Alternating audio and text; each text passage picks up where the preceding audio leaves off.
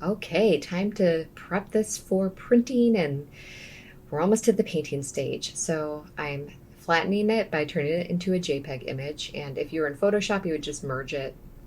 But we're not using Photoshop, so just ignore that.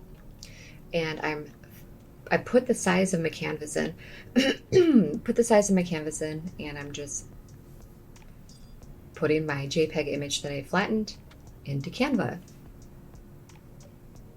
I'm going to duplicate it, desaturate it, download. When you download as a PDF print, and just make sure that you're deselecting. You'll like select all of your things at first. You can deselect it and only select the black and white photo to download. And again, I am just printing it, and since it fits within the 8.5 by 11 page, I am good.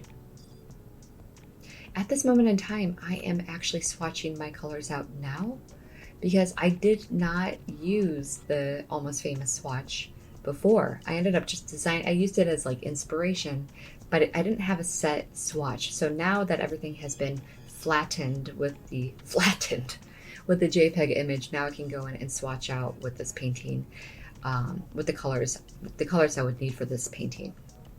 And again, it's really great to just label it, because there's going to be times in your life when you think you have all the time in the world to paint, and then something comes up and you need to put it away for a while. So if you can pick up where you left off and know exactly the paint colors you were using, it's a good place to be in.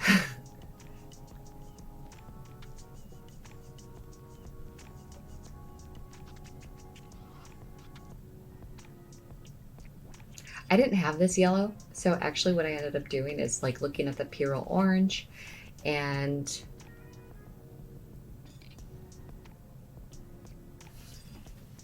I put primary yellow and Pyrrole orange. Now, because I didn't have that other color, I knew that I could create something similar if I just used a yellow that was a little bit darker.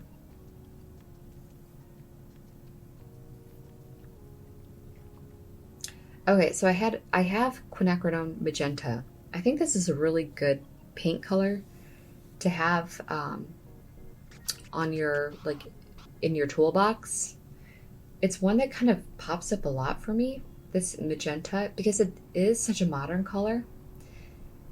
It emulates a lot of neon lights and a lot of like glow that you get from modern technology. Primary magenta is very similar to quinacridone, except it looks a little bit more warm. So let's see if I can explain this to you. Quinacridone Magenta and Quinacridone Crimson. They're both quinacridone colors, just like a cadmium or whatever.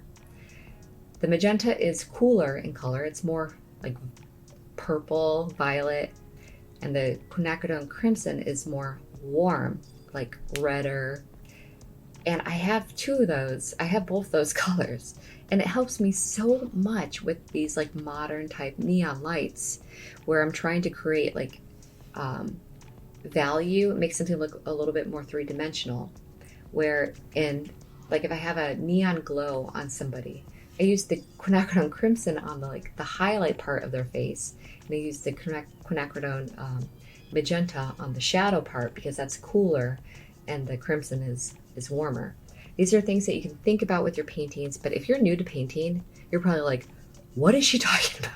I have no idea what she's talking about right now. And that is okay. This is something that you might like think about, hold it in the back of your mind, and then later on, after you've had a couple paintings under your belt, and you've watched these videos, it will come back to you. And I'm talking way over time, so I will see you in the painting process. Take care. Bye.